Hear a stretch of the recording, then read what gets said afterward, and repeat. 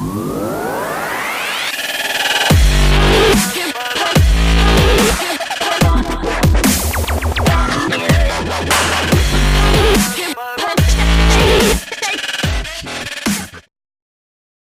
is going on, everybody? Welcome back. It has been quite the time. The last 2 months, I've not gotten to upload anything at all. And actually, I've been busy with school and everything. But great news, I graduated. I'm done with college. Degree will be in my hand on May 14th of next year. But I've already fulfilled my graduation requirements. So I'm moving on to the next chapter of my life. And a lot of that's going to involve putting more time into this for you guys, and I'm gonna get into music again as well. But here today with me, I have my buddy Tyler West. He's one of those deeper thinkers out there that are hard to find these days. So yeah, super psyched to have him on. We're gonna talk about some deeper topics. Of course, as you guys that have seen my channel before will know that Off the Record is based on going into those deeper discussion topics people don't really uncover very often. So it's kind of the basis for this podcast. But before we get started here, I definitely want to ask, if you're new to this channel, go ahead and hit the subscribe button up there. And I'd love for you to subscribe if you enjoy our content. It really shows us people are out there receiving the content, and we're more willing to work towards putting it out there in the future. So yeah, besides that, we'll go ahead and dive right into it. So awesome. Yeah, so you want to introduce yourself? I know I kind of introduced you. Yeah, so my name's Tyler. I'm a graduate student, so basically that's my entire life right now. Like, that's literally all I do. So I'm a slave to school. Yeah, you gotta read those books. Yeah. But well, that actually gets into one of our big questions for tonight, about you gotta read the books.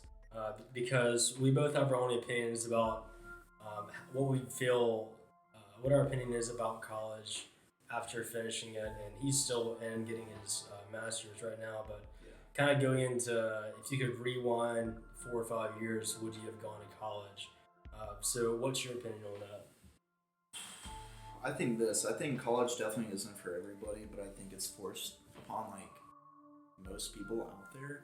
Yeah. Even though not everyone has the opportunity to go to college, I think it is good, but it's more of like maturing.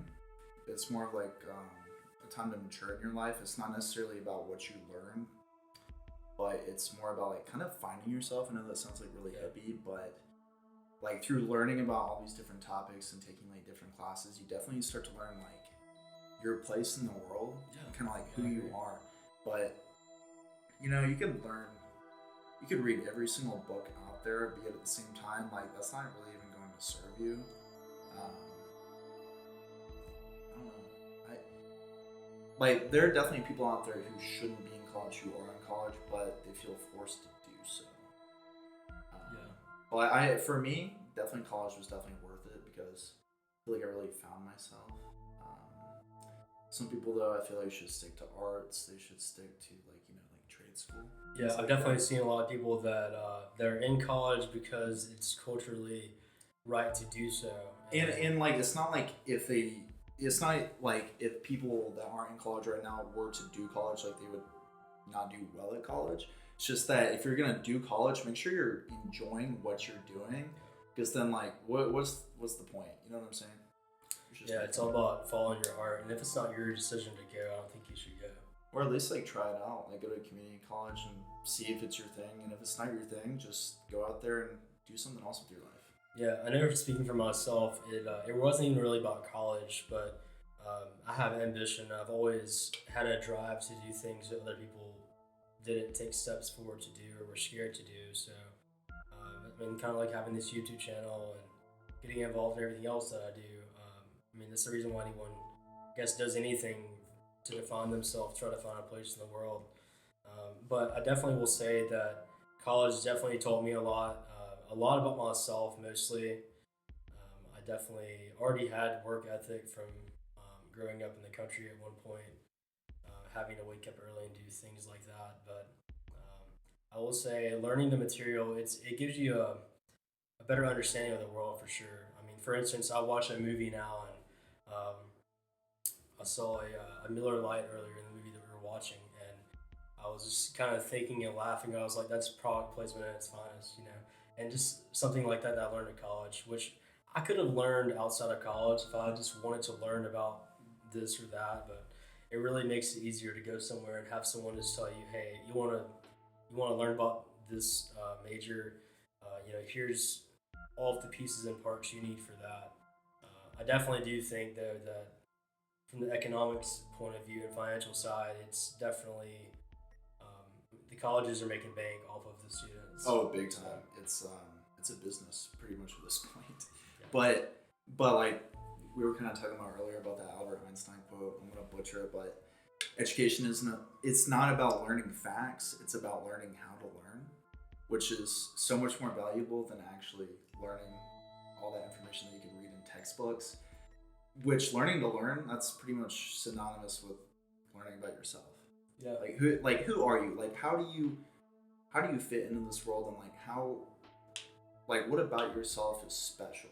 That you have to find like what's unique about you, kind of just stick with it. Like I know for me that's science.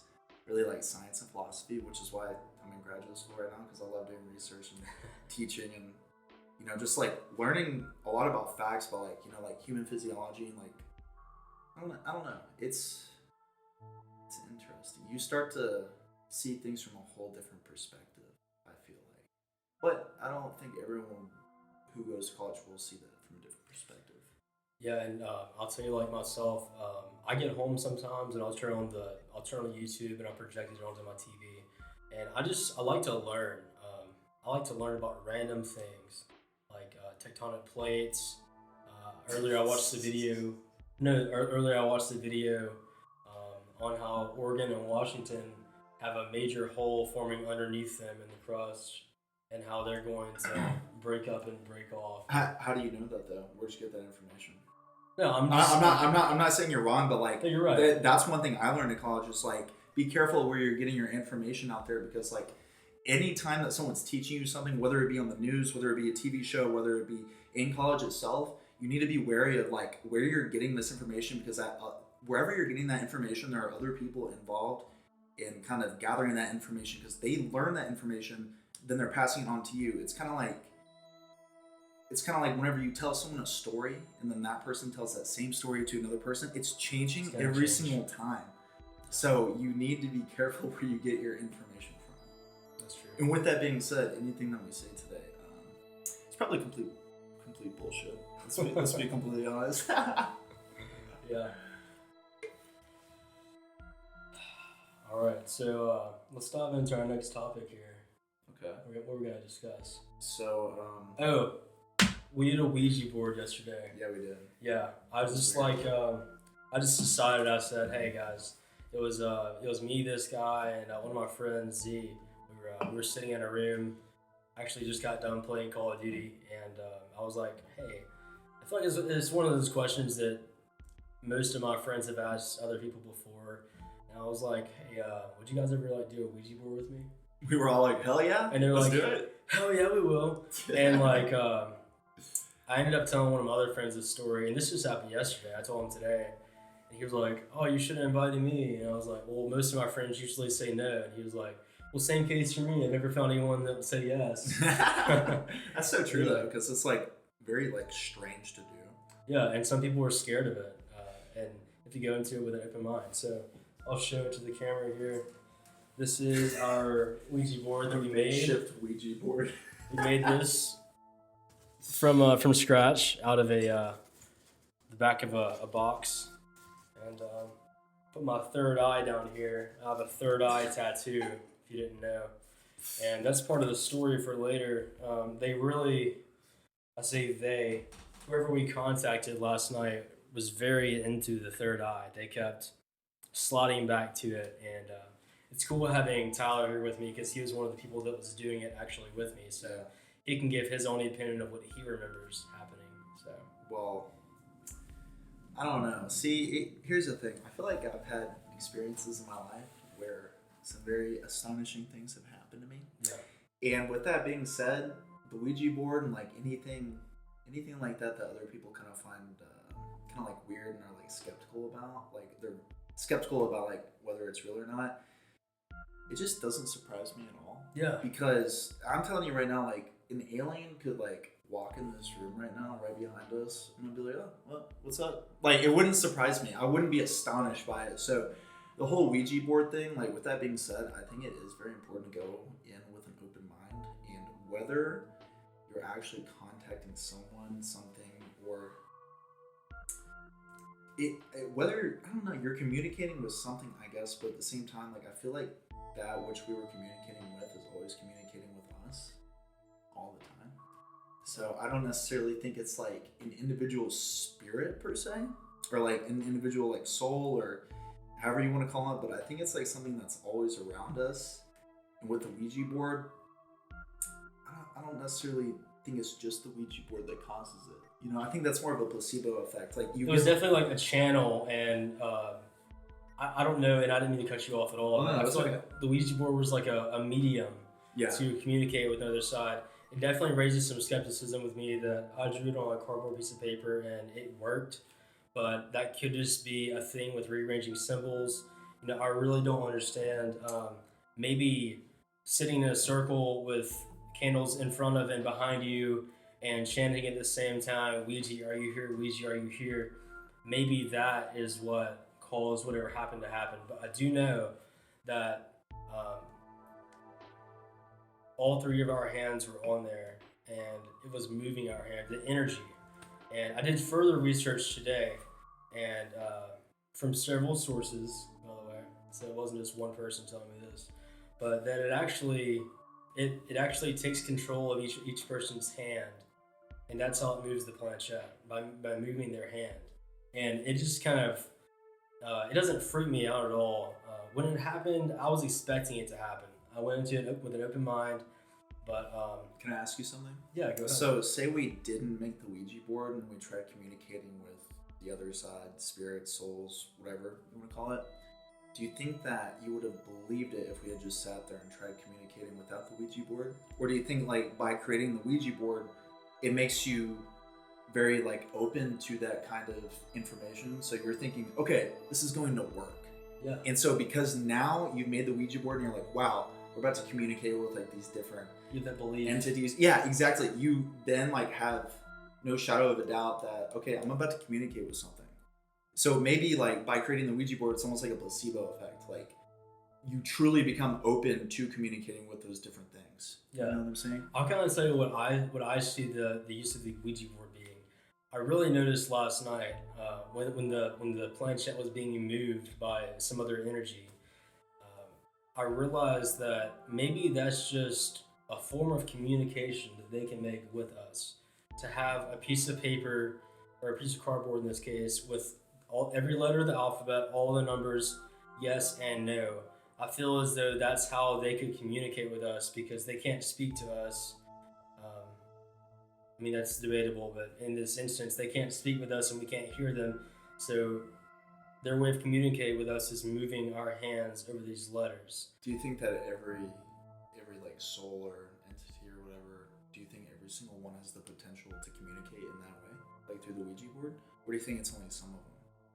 I think, well, I'm not, I don't really think I can answer the question like with the educated, from an educated place because we just don't know, or I don't know. I feel like no one knows. Had I done research into paranormal, like had I been doing that for all my college, I might have an answer for like the likelihood of everyone being through there or just a few. See, like it would just be a presumption. The thing that I think about though is like we communicate because like we have a brain and we like know English. For instance, other people like know other Englishes, so it's like we were using the English alphabet on the Ouija board, you know, A, B, C, D, so on. What if this person spoke a different language during their life or has like something else? Like how does that thing know how to spell in English or what yes or no actually means? You know what I'm saying? Yeah. Like that's crazy. Actually, one of the little girls that we got in touch with last night, I asked her if she spoke English because a 5-year-old girl or like the 10-year-old girl or something like that. Because we talked like two. Yeah, we definitely talked. So we talked to one 5-year-old and one 10-year-old, and my sister actually out there. had something to say about that. I didn't even know that this was a thing with her, but I called her earlier and I said, hey, I really want to talk to you about this experience that we had last night using the Ouija board. And she was so upset. She said, no, don't be using that, all this. And then I told her about my experience. She said, well, call me, or I asked her, I said, well, can I call you later? And she said, no, please, like, tell me now, because I'm kind of eager to know. And I said, okay, well, one of the ones we met was a 5-year-old, and then also we met a 10-year-old. And I kind of went into the answers. And remember how I kept going over all right, I'm not going to even say this, because I haven't told you what letter it was, but do you remember the letter of the alphabet that it kept revisiting? The H. The H. Yeah. It kept revisiting the H. Went to H and then it went to like 6, right? H6. Or it was 5. It was 6 or 5. H6, yeah, H cross. Like so get this though. I was speaking to my sister earlier, and she said, first thing she said was, oh my gosh, the 5-year-old could be a 5-year-old little girl that's been communicating with me for a while now. What? Yeah, and I said, wow. And she even said, yeah, 3 mediums have told me that the 5-year-old girl, that the spirit in her old house was a 5-year-old girl trying to get in touch with her. Anyway. Everything happens for a reason, man. But this is even wilder. Yeah. She said that could have just been a random one, but it just really cooked my brain basically that happened. But get this. What? And then I said, oh yeah, I think it could have been a random one. And then I said, oh my gosh, wait. Her name is Hillary, bro. Her name is Hillary. That girl, the little 5-year-old girl? My sister's name is Hillary. Oh. And it kept showing H. I was like, that's the first initial of your first name. Like, mind blown. That is crazy. And I haven't even told you that yet. But yeah, she said that, and she said C, and she wanted me to mention her whenever, or let her know when I was doing this podcast, because she wanted to hear the whole story. Well, that makes complete sense, because remember, we would ask these things that we were communicating with, like, are you in the room, basically? Can you see it? Like, you were asking, can you see my tattoos? Can you see this? Can you see that? Like, who do you know? Or something like stuff along that line. And it was always like, no. Every single time. Yeah, no. And they just really didn't care about, I really noticed, and I was kind of like sketched out, something's in the room with us moving our hands, but I don't know what dimension or universe they were communicating to us from, but all I do know is that they kept saying they couldn't see us, and when I asked what they thought about like my tattoos, it went in the middle of yes and no, which I read later is indifferent, which like, they don't have an opinion on that. And every time I would ask them something about us, they just really wouldn't have an opinion on it. It would just be going to indifferent. And I said, wow, like, but then I said, is there good energy in this room? And it went to yes. It went to yes for a lot of like very deep questions that we asked. Yeah. Oh man, we were asking about religion. We were asking about, our friend asked about mythical creatures. We asked about if we are real, and it definitely said no, very strongly. Yeah, it went like, in the middle of his sentence, he was like, "Are we real?" And it flew to me. Yeah, it went very quickly. Yeah, it was definitely powerful. And I'm not saying that, like, I would definitely do it again. I want to know how you felt during that, because I know me personally, I felt extremely relaxed. It was like as soon as we started using the Ouija board, I felt very calm, and almost felt like this like subtle energy, like almost like this sounds like so fake and like so hippie, but like I felt so like I had zero thoughts. I wasn't thinking about anything except whenever I asked a question. I felt very relaxed the entire time. I remember watching you, and you had like your fingers on it. And you were just laying back with your eyes closed, and you were just like. I had my eyes closed, yeah. Yeah, and like so that was one of the like times where I said, okay, he's definitely not moving it. Like, I was not. Like he had his eyes closed, and then it got to where like he had his eyes closed, and his fingers would like turn this way, and like still move, and I was like, yeah, no. And then like my other friend, her fingers were barely on there. Well, keep in mind, like if you have it and your fingers are on top, you can't move it. Like the amount of force that you can move it with, like that would be a lot of force you'd have to do if your fingers are on top of it. you'd have to have your fingers on the side pushing it, but ours were right on top of it. So explain it was really that. interesting. Yeah. And honestly, I didn't want to stop doing it. When I was doing it, it was very, very intriguing. I wanted to continue doing what I was doing on that thing. 10-year-old girl. We met a 10-year-old girl. I said, do you identify as female or male? Do B for boy, G for girl? She went straight to G. And then we asked a series of questions. We asked if she was at peace. She went over to yes.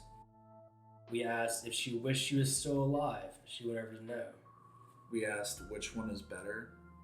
Being born or dying? Yeah, being born or dying. And she said... Being born. Well, no. She said being born was worse. Yeah, which one was worse? Yeah. And being born was worse than dying, in her opinion. Yeah.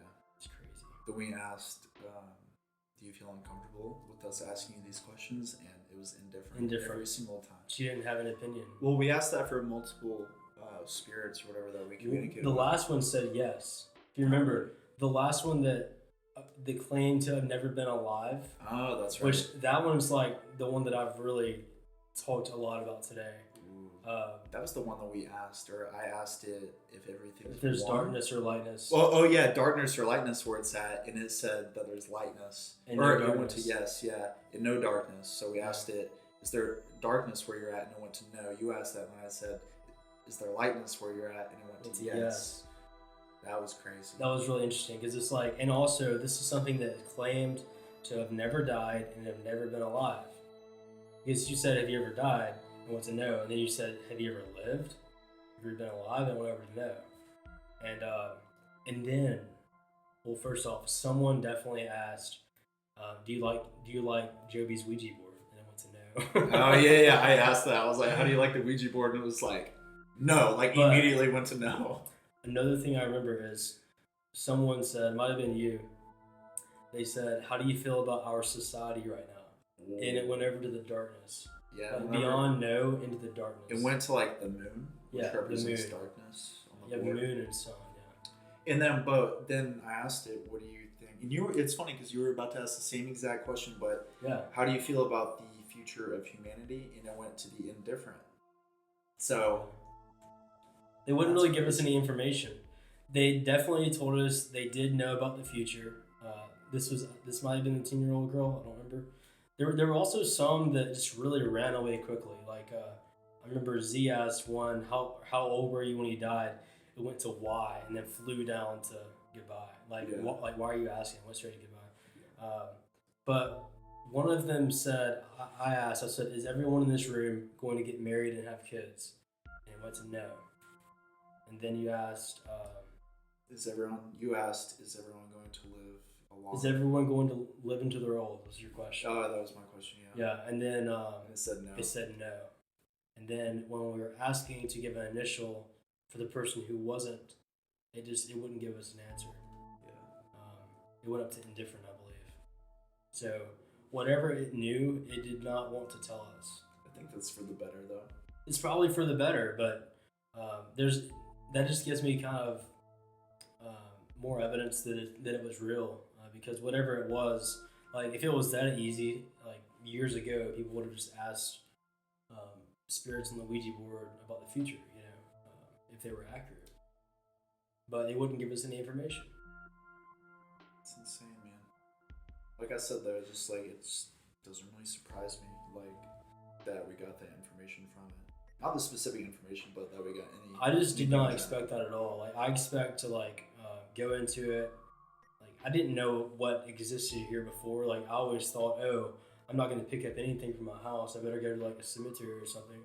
But no, like just sitting here, we were picking up things, and I don't know what we spoke with, but after it happened, I was just kind of staring at the wall. And I definitely was, I won't lie, I was scared of going to sleep with myself last night. I didn't really want to be alone. I wasn't alone at the house after everyone left. But I woke up this morning better than ever. But I definitely was staring at the wall and just saying, wow, like we communicated with another either universe or another reality, another dimension, we communicated with another side tonight, and it was just really interesting because it definitely wasn't. And I watched YouTube videos earlier, and they were talking about all the science behind how Ouija boards are not real and how people's involuntary movements move to letters. But no, man, I can tell you, and I think you can agree with me, there was definitely something moving that planchette. It was not either of us. There was an energy moving the planchette because at some points it like jerked our hands around. There was something moving the planchette. Once again, I think it's because we had open minds about it. I feel like there are other methods of communicating with. There definitely are. Yeah, Ouija boards are just one of them. I just think that, like I said earlier, like by creating the Ouija board and believing without a shadow of a doubt that it's going to work, like not even an ounce of disbelief in it, that I think you can always communicate with things. I think like it's possible, like in many different ways to do that. There's just you knew when it was happening in the moment. You knew that something was communicating with you. The reason that I'm not skeptical about it whatsoever is one, I just hardcore believe in that kind of stuff, but also the way I felt. I felt extremely mellow, like just extremely relaxed and like safe. No anxiety whatsoever, like no feelings, no thoughts, nothing. I just kind of was in the room and we were just like talking to this, whatever it was. Yeah, man, that was definitely an experience to remember, and I want to have many more like it. I'll be honest. I think there's a lot crazier things you could do, in my opinion. Definitely crazier things you could do. Yeah. We're just trying to live it up. Yeah. And maybe I'll do another method of communicating with something, but I don't know. Yeah. Maybe we'll have to collab on that. Maybe this will turn into a paranormal channel. I mean, I would dig it. Like, I like paranormal stuff. But, like I said, I mean, even like I think psychics agree on this, is that, and I'm not like claiming I'm psychic or anything, but you can gain information I think from the other side, but everyone has like their own different method in doing it, whether it be like visually seeing something, whether it be like hallucinations in real life, or like in a dream at night, or like hearing voices in your head, or like just direct like a direct download like from the universe or something like that. I think that we all have that ability, and I think it's like going back to like what we were talking about when we were talking about the whole college thing. It's about finding how you communicate with it, because it's different for everybody. But that's what's so great, is that we're all so different. So the world would be boring if everyone wasn't so different. So, yeah, it would be. Yeah. If there was no difference of opinion, there was no arguing. That's why people claim that fighting in relationships, which it is, fighting in relationships is very normal, but it's because you don't want to be with someone who agrees with everything you believe. It'll just be boring. It would be. That's extremely true. Well, like, I think the biggest thing is that, like, the worst thing you could ever do is shut down someone else's opinion. You can argue about it and have you can criticize it, but you shouldn't like dislike that person for thinking a certain way or being a certain way, or like just respect everyone else. You know what I mean? That's like the biggest thing I feel like you can like learn in life, is you're your own individual, you're your own piece of art, and everyone else is also a piece of art, and all those art pieces together make up like the gallery of life. Yeah. As weird as that sounds, but it makes up like this like big life museum that we are a part of. We're also one of the portraits in that museum that is unique in its own way. I mean, it's beautiful. It's freaking crazy. Yeah, there's like no room to grow and no room to learn if you don't listen to other opinions outside your own. Exactly. Stay open-minded. Seriously. Yeah, big time. It's important. I don't know though. What do we know? What do we know? we just graduated college. We don't know anything. We only know what we know, and you only know what you've been told. Yeah. You know what? I think to know that you don't know anything is probably the best. The only thing that you can truly know is to know that you don't know anything. Like, wow, I don't know anything because there's a million people. Seriously, billions of people out there. To realize that everything that you know is what you've been told once by someone else, which someone told them and someone told them. Who's to say that the creator of the universe wasn't just full of shit? Or like that the stories every 10 years have changed, and like what actually happened in the Civil War, and I know it's kind of a stretch, but seriously, like just bear with me. Mm-hmm. What actually happened, like in the 1800s and like the 1700s and 1600s, Yeah. like that's all someone else's perception of what was actually happening. Maybe they got a chance to write that down. Maybe they just spoke it by word of mouth. But whoever eventually translated that into a transcript to put it on paper, that's their own opinion. They might have changed something. They might have changed the story about Pocahontas to make it sound more interesting. Like Lewis and Clark could have been Bob and Jim, but Lewis and Clark sounded cooler. Who knows? That's funny. I mean, that's extremely true. that is extremely true. But honestly, I don't. Man, people are gonna hate this, but I don't think history matters too much. Like, yeah, we learn from history and stuff, like as a society. But like from an individual perspective, you shouldn't be worrying about history unless it like interests you, I guess. But like, it doesn't matter. Focus on the present, and then like how can you thrive in the present to make the future that you desire happen? I feel like history is to blame for a lot of the chaos going on in our society, because people would not believe what they believe if they weren't told from generations of grandparents. It's very egotistical. I definitely agree to that to some degree, but at the same time, like, how do you teach somebody that?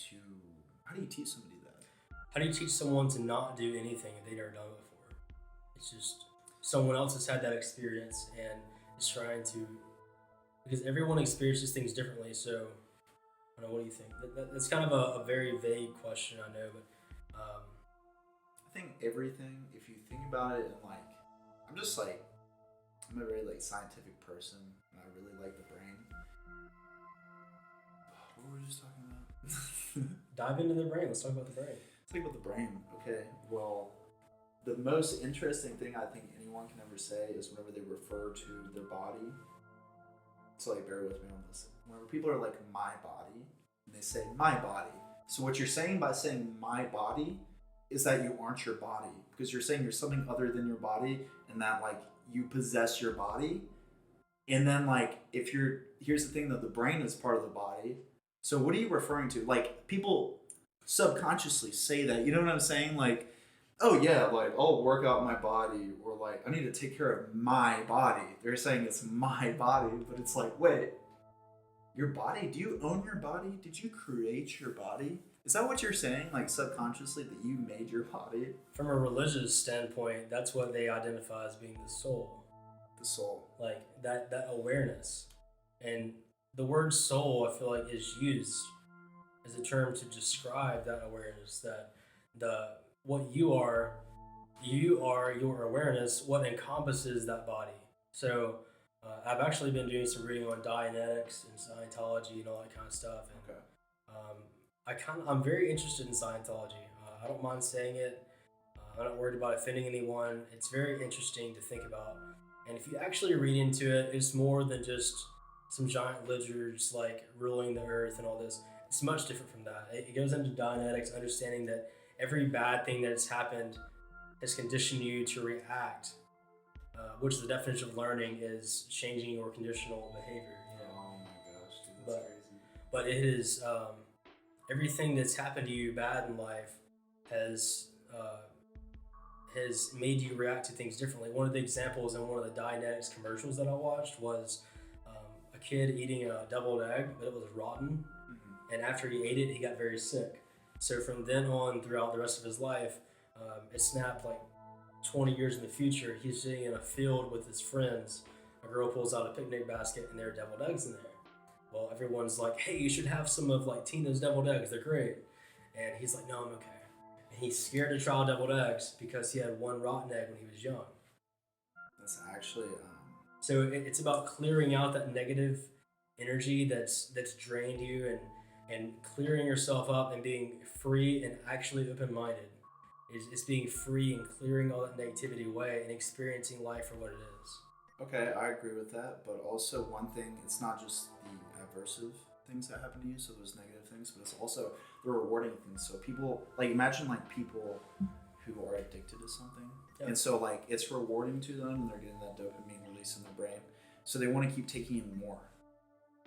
Like that also shapes who you are, and especially in the society that we're in right now, so many different things like TV, like fast food, like drugs, for instance, like, you know, the addictive ones.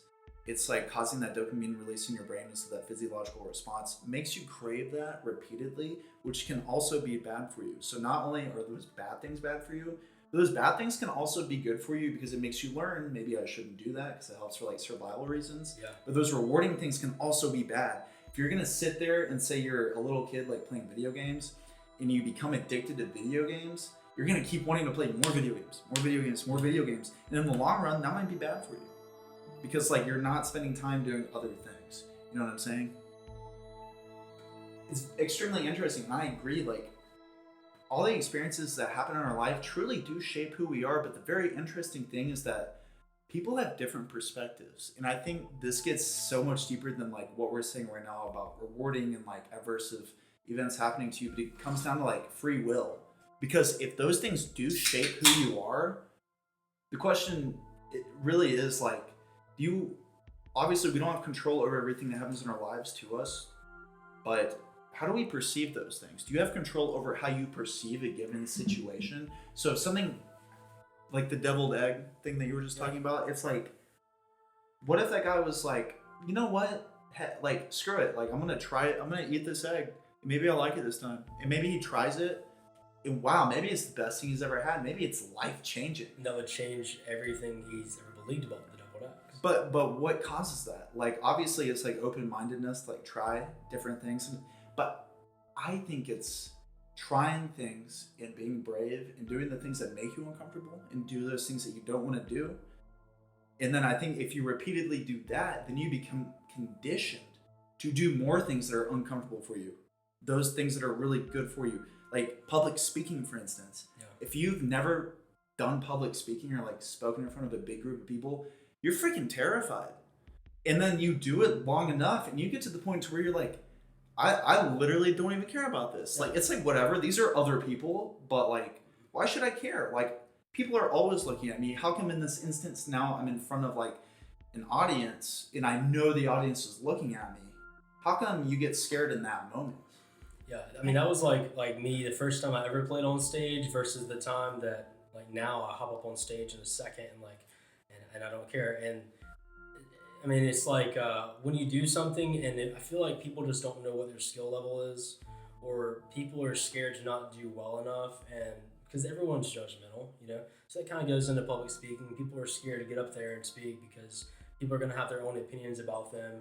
But eventually you just learn. I mean, for me, it was like, okay, I'm not that bad at playing guitar and singing. So, and I've been places and played different places, and I know that I'm not that bad. So I feel like for me, that's why I really don't have any fear. Like, oh, if I get up there and have a bad night, then like I know that I just had a bad night, because there have been people in the past that have enjoyed this. Well, whenever you get on stage and say like you take someone who is extremely scared, what exactly is making them scared in that moment? Is it their thinking? Like, are you thinking of something that's telling you, wow, like I'm gonna do so bad, I'm gonna do so bad? Like, I feel like if you can just bypass those negative thoughts like that are like putting you down and realize that like it's just thoughts that are coming to your head. Like, it's something normal that happens all the time, every single day. Like, so what? Just do it. Own it. Like, be uncomfortable. Like, if you weren't uncomfortable in life and life was just easy the entire time through, for the entire ride, that's boring, man. There wouldn't be any accomplishment whatsoever. Not at all. Nothing. There'd be nothing to overcome. Exactly. Yeah. Life would be freaking boring. It's like living a life where only great things happen to you. Hey, eventually those great things are going to get boring. You need some spice in your life. You need something dangerous to happen to you. You need something bad to happen to you so that you can actually appreciate those moments where other things, like good things, happen to you. Like, live a little, you know? Exactly. It's definitely good to experience bad things. So, I mean, that definitely contradicts everything that I'm looking for in Scientology. But you're definitely right. It's definitely a good point. The bad moments definitely define who you are. Yeah. As well as the good ones. Well, I think how you react to it defines who you are. So, I don't know. Very, very cool. I have a question for you. What's up? So, if a tree falls in the woods, okay, and there's no one there to hear it, does that tree falling in the woods make a sound? Nope. Why? Explain why. My personal opinion, the easy answer would be I don't know, but I have to make it challenging to defend myself. So I'm going to say no. Okay. I believe that everything that, I'm just going to say this, every person in society doesn't know definitively, they do not know that what's going on across town is actually going there until they see it. Even someone could debate that and say, okay, well, I'm watching this on the news and they're across town, they're on the news. Well, maybe it's just like something on the news in front of you and you're only experiencing almost, this goes back to simulation theory and how everything in computers and video games, they're saving a lot of memory by only displaying and rendering to the user, like on Grand Theft Auto when you're driving, the rest of the city literally is not there until you turn a corner and then it boots up. And so that goes into like, if we are living in the simulation, which we are, several big name scientists agree that we are. If we're living in a simulation, then everything is optimized. So when a tree falls in the woods, unless it's and you said and they're not there. I was gonna say unless it's out my window, then that'd be a different story. Yeah. But if the tree falls in the woods and no one's around, no, it doesn't make a sound. And I'll even go further to say that there wouldn't be a tree falling in the woods if you weren't around. Now, trees fall, okay? Trees fall. But maybe when you left the forest, the tree was standing. When you came back, the developer made the tree like where it fell. Right? Okay. I'm gonna spice it up a little bit. So let's go. So same question, except now, what if your buddy? So say me. So say you're sitting here right now, and then in the woods, over across the street or whatever, a tree falls in the woods, right in those woods. But I'm over there, and I hear the tree make a noise, and then I come back and I tell you that the tree made a noise when it fell. Did the tree make a noise? That's your own reality. I'm going off the belief of believing you, that I would say I believe that you believe the tree fell in the woods. Okay. And it would just be our level of trust as to whether I believe it actually happened or not. I have a counter argument for that real quick. Okay. So how do you know that a tree fell in the woods? If, like, for me in that example, like, I'm there to perceive it. So my sight, maybe I saw it, maybe I heard it, maybe that's probably it, right? Yeah, I saw it and I heard the tree fall. Okay. And then so I come back here to you, and so obviously a tree fell in my reality, like you're saying. Yeah. But then I share that information with you. And so you are now hearing the information that I gathered, and I'm transferring that information to you. Hey, Joby, a tree fell in the woods. Like, it was crazy. You should have been there, dude. So now, to me, in my head, I see that as, okay, like Joby, a tree fell in the woods. Like, even in Joby's reality now, because I have taken that sensory information that I've gathered and I've transferred it to you from my senses to your senses. You want to so there's a tree has fallen in the woods. And what would I do then, just to make this go full circle? Oh, I would then take that information and write it in a history book. And then I would pass it down, and I would say a tree fell in the woods. And like 50 years from now, someone's like, dude, a tree never even fell in the woods. Like, you're just lying the whole time. That's funny.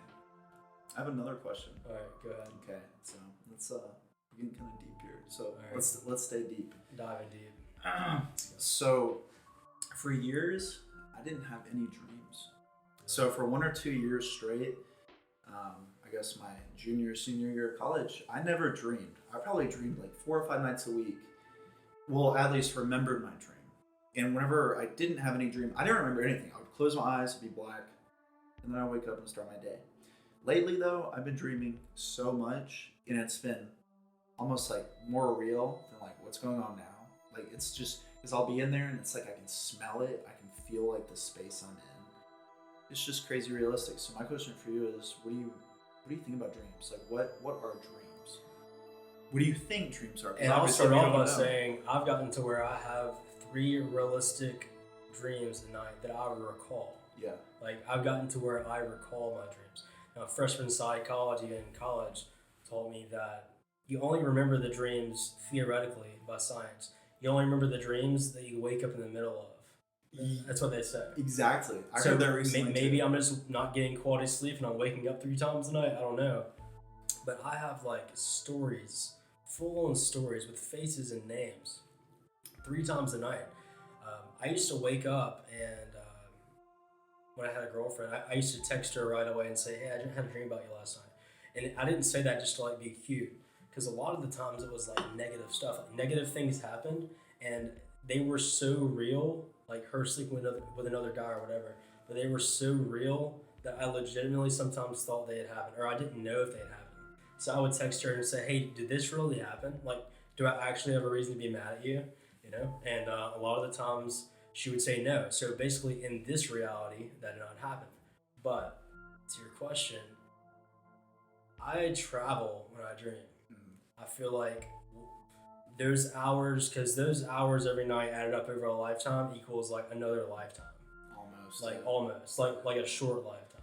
Yeah, that's and extremely true. So it's possible that I have like another family, another universe that I travel to at night. Like, I don't know. And I'm saying a lot of satirical things, but it's all exaggerated. But really, I feel like dreams are, you're going to other realities, parallel universes, if you will. What do you think? Okay, well, 2 things. Remember what you just said, because I'm going to come back to that kind of. But like dreams, the only reason that you have dreams are because you wake up. At least this is what I think. It's my opinion. It's that you wake up, and now in your awake conscious state, that's the only time that you ever knew that you dreamed. Because whenever you're in your dream, with the exception of having lucid dreams, you don't know. You don't say, I'm in a dream right now. No, you only say, I dreamed whenever you're awake and you're conscious the next morning, or whenever you wake up in the middle of the night. So it's like, in order for dreams to be real, you have to wake up and be like, I had a dream. You know? Except if you lucid dream, which I have lucid dreamed a few times actually, which is freaking crazy, where you're like, oh, whoa. Controlling things, I'm not Tyler right now. I'm just this consciousness in my dream. And then you look down and you don't have any hands, and you're like, wow, I'm about to bounce on these giant mushrooms and jump off a skyscraper and do all these crazy things that I couldn't do in real life. Yeah. So, crap. The other things you said couldn't do in real life. Maybe that you couldn't do in your other reality is what you meant by that. Yeah, but like, oh, okay, now I remember. So it's back to kind of what you were saying though. You aren't yourself in your dream. Because right now I'm Tyler, right now you're Joby. But in your dream, do you call yourself Joby? I don't really identify myself with a name. Exactly. So it's like, I think that is so profound. So like you talking about going to a different universe or something like that, I don't necessarily think it's like going to another universe, but I think it is the same consciousness. I'm gonna get really hippie, but the same consciousness that like we are experiencing right now. I do think it's the exact same thing. I don't necessarily think you're going anywhere, because I don't think there really is anywhere to go. Yeah, well, so much with that, I'm saying a different mindset, like a different. It's like a different frequency that you're tuning in. So like right now, like the consciousness is tuning into the senses. So tuning into the brain, which is perceiving the senses. So it's like you're tuning in to something else. So the consciousness that you truly are, and that I think we truly all are, I mean, this is my opinion at least, is tuning in to a different thing, and then you just kind of pick up right there in your dream, right? You're picking up in this thing that's already happening in your dream. It's like just like the same consciousness, but you don't have your brain. But then again, obviously someone else like you could see me sleeping right now, and you could record my brain waves. You could say, wow, this guy's dreaming right now. So it's like, it's crazy. It's a mind fuck. Yeah, so you said frequency, yeah, and that really, like, I had to get this out. On the Ouija board, when you ask the other energy, the other spirit, whatever you want to call it, how it felt, or what would it have to say about dreams? It said waves. Oh yeah, it spelt out waves. It said waves. So when you said frequency, I was thinking about different wavelengths, different speed, like different like the frequency of the brain waves versus when you're conscious. You know, maybe they're faster when you're conscious, which I assume they are because it slows down when you're sleeping. That's But yeah, waves. That's what I do for my research. Actually, I measure like the brain's like electricity. So like looking at like parent related potentials and like different like basically how you're reacting to different stimuli. And I don't hardly know anything about this, so take this with a grain of salt. But I'm pretty sure like while you're asleep, your brain waves slow down. Actually, I know that for a fact. They slow down because right now we're like in beta, or if you get like very meditative, you become like alpha, and even like it's been shown in research papers that I don't know how legit they are, but like people who meditate frequently, like yogis and like gurus and stuff, they can have like a gamma beta wave, Wow. which is freaking insane.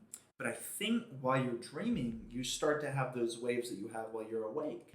So it's like your brain thinks that it's awake right now, almost. Like it's tricked into thinking it's awake because you're dreaming and you're doing things in your dream. I don't know. It's very interesting. I don't think we know so little about the brain as it is, but like then to extend that to like what's happening while we're dreaming, I feel like it's gonna be a long time until we actually like truly know what's happening, if we ever even do figure out what is happening during our dreams, because we don't even know what's happening while we're awake. You know? Yeah. It's crazy. I remember you asked the spirit to say, what was there something they could tell us about life? And it said voyage. It said voyage. Yeah. Which is just a very long journey. Yeah. It's crazy. Which is really interesting. It's a long journey. Yeah. I don't know anything, but I guess I'd have to agree with that. That's so cool. It's so cool. It was just, I don't know that profound was the right word. I was just so encapsulated in the moment. And I was just really appreciating. And I read that one of the things that we did correctly was, well, we did the candles, but you have to respect the spirits. And so I feel like us respecting the spirits and actually being eager to learn from them and hear their opinion and what they're experiencing, that was very profound to be able to be receptive of what they were saying. Also, not only just like vocally and what we were saying, but also how we were thinking.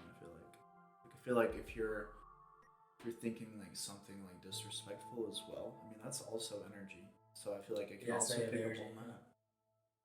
And I definitely remember us asking if it liked the energy in the room. One of them that we asked went to indifferent, but another one went to yes. Whether it liked the energy in our room, went to yes. Yeah, that's true. I do remember that. That's crazy. Yeah, I've told this story like 3 times today. Something I just can't get over. But it's really fascinating for me. And then one of them spelled out one of our friend's initials. Oh yeah, because we asked. And like I didn't know what her last name was. I really I've always called her by her nickname, which is Z. Yeah. But I don't know like her full name. Mm-hmm. It's like Zilladea, whatever. And then like B for the last initial. I think it was G, but you know, either way, she was like ZG. That's right. Like, those are my initials, and I didn't know that. And I feel like she was definitely skeptical at first, but she quickly learned. And I wasn't really trying to call it to anyone specific. I was just really wanting whoever to come to me, kind of. Because I didn't want to shut anyone out if they weren't that person. I definitely am ADHD. I didn't take my Adderall. So that's why I just went from subject 5 back to subject 1. But, you know, that's what it is. Yeah. It kind of all ties in together. Yeah, it is very interesting. I don't even know what to say about it anymore because it's just like, it is what it is. I would definitely do it again. I would definitely do it tonight if you were done. I would definitely do it again. I want to experience that. It's something that you can't experience by yourself. That's true. It says always to do with someone else. But I'm not really scared of it anyway. So that's why I'm like, I had a positive experience from it. Wait, I thought you were scared to go to sleep last night by yourself? No, well, last night, I mean, because that was like at the end, we talked to something that wasn't alive, and it had never lived and never died, which only leads it to be a few things. I asked it, it said it wasn't an angel, which I know sounds religious, but I was just trying to figure out what it was I was speaking with. And so that was kind of, I guess, a little bit disturbing, just thinking about how, like, I didn't know what was speaking to me, and something was communicating with me. And so that was a little bit of what I wasn't crazy about going to sleep last night. Because really, I was just looking at my room differently. I was like, wow, something just traveled here, or we traveled there, something was going on. And so something that is not explained. And so the fact that it couldn't be fully explained was just a little bit, made me feel a little bit uncomfortable, but I got a very positive experience from it. Do things that you're uncomfortable with. Yeah. I enjoyed it. Yeah. Let's talk about that South Park episode real quick, because that was one of my favorite episodes, I think, of all time. South Park? Yeah. Where it was really good. They bring back the Integrity Farms, and Randy has to make a... Spoiler alert. Randy makes like a Christmas special like he did for the Halloween special. So like Randy and the whole weed farm comes back, and suddenly it starts to snow outside, and he's trying to think of how he can make this like Christmas special when it snows, and he's like, And then he creates a weed strain with cocaine on it. And then basically he has to try and save Christmas because Santa Claus is trying to take the cocaine from everyone. Yeah. And he crashes Santa's sleigh. And then he's like, Santa, you gotta try this. It's so good. And Santa's like, Santa goes, Santa's tried coke, but fine, Santa will try it or whatever. And Santa tries it, and he's like, wow, that's some good love. That's some good stuff. And then Jesus comes and tries blow. And I mean, as soon as you saw the Jesus, you were like, yeah, they're about to have Jesus do cocaine on TV. And only South Park would do that. And that's exactly what they did. But it was hilarious. He did it. It was really funny. Dude, I hope they never stop making South Park. I mean, that is the one TV show where I feel like it can never get old. They can have off episodes where like, okay, not nearly as funny as other episodes, but they will consistently keep coming out with gems because they're always like talking about current topics. And so if you're always talking about current topics and you're putting humor to it and like making it funny and not like so serious, because some of those topics are pretty serious, I think that's always going to be something people will enjoy, like forever. Like until those guys are like on their deathbed, I think they should still make South Park. I thought it was really funny. So you said, yeah, Santa was trying to take everyone's marijuana, everybody's weed away. So I thought it was really funny that so Santa actually banned marijuana. Like he like helped the town ban marijuana. Yeah. And so then and I might actually like put it in here where they can like watch the commercial. Mm-hmm. But it was like Integrity Farms, marijuana free Christmas snow. It's got like Santa Claus on the billboard. Yeah, it was like only the purest Christmas snow, marijuana free, and all it was cocaine. Yeah. What the hell is this? New ordinance been passed by the county. No marijuana sales till after the holidays. Hey, you! Who has that kind of power? Look, I just do what I'm told, man. Happy holidays.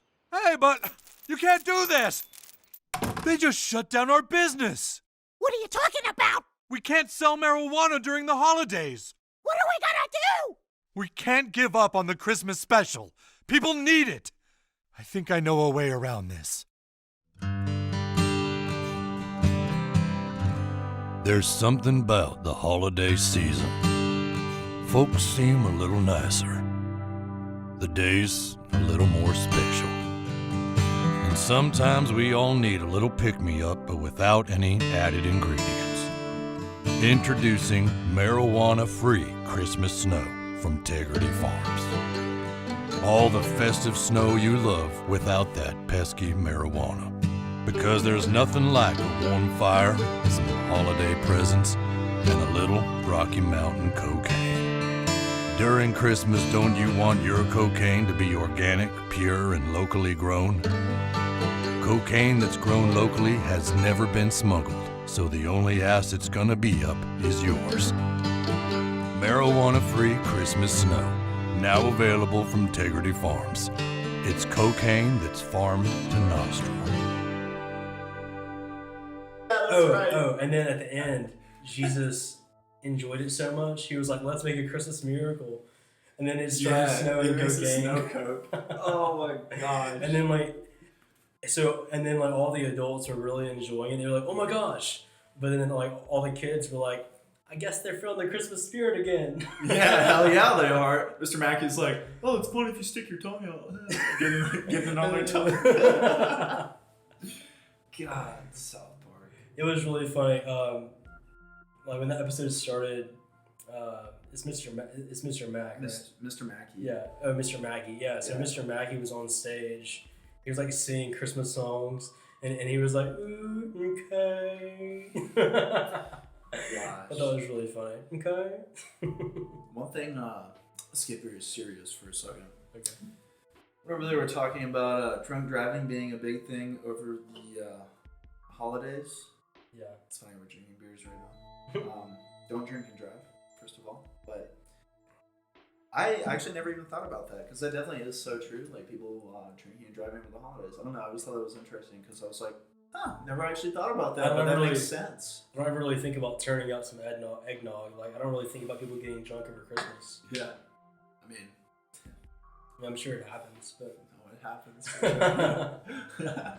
But I just thought it was really, it was definitely satirical, I would say, like having everyone drive around, like, let's go drive. Yeah, I know, while they were drinking. They were definitely like trolling, like wanting people to get mad, to like publicize South Park and call them out for that. Yeah. Oh, they get called out all the time.